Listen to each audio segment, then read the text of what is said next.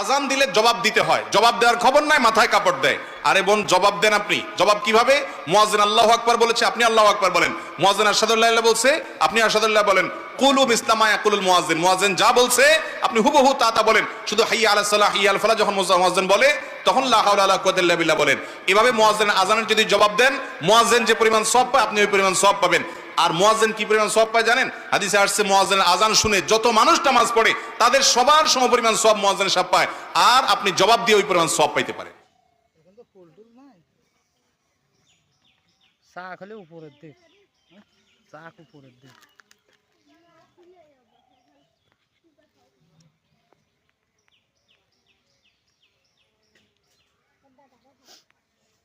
মধু এলে যে সাদা কেনে মধু, এদের পয়তে কাটতে আর অসুবিধা হবে না,